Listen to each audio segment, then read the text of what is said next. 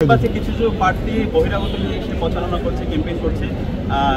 এই বিষয়টা ওই পার্টি নিজেরাই ক্ষতি করছে এবং বিশ্ববিদ্যালয় এনভায়রনমেন্ট আমরা যে বলছি নিরাপদ ক্যাম্পাস, সেই নিরাপদ ক্যাম্পাসে কীভাবে হচ্ছে। আমরা যদি এখানে যারা পার্টি এখন যারা ডাকসু নির্বাচন করছে তারা যদি বহিরাগতদেরকে নিয়ে আসি তাহলে তো নিরাপদ ক্যাম্পাস হলো না, আমাদের অবস্থানের সাথে সাংঘর্ষিক। তো সে জায়গা থেকে আমরা অনুরোধ করবো সকল প্রার্থীদেরকে, বিশ্ববিদ্যালয়ের শিক্ষার্থী আপনি একাই যান, আপনার কেন এত বিশাল শোডাউন লাগবে?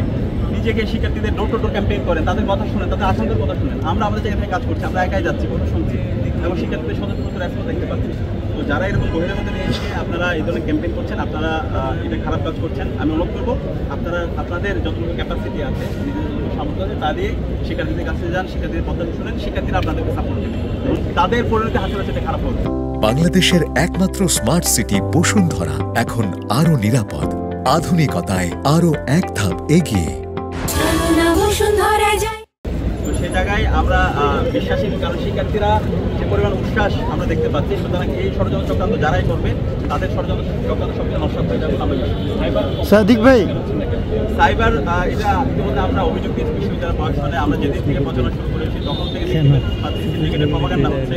আমাদের একজন নারী প্রার্থী তার ছবি বিকৃত করা হয়েছিল, ফাতিমা সিন্ধুমা, উম্মে সালমা, এরপর হচ্ছে আফসান আক্তার সহ আমাদের প্রত্যেকের বিরুদ্ধে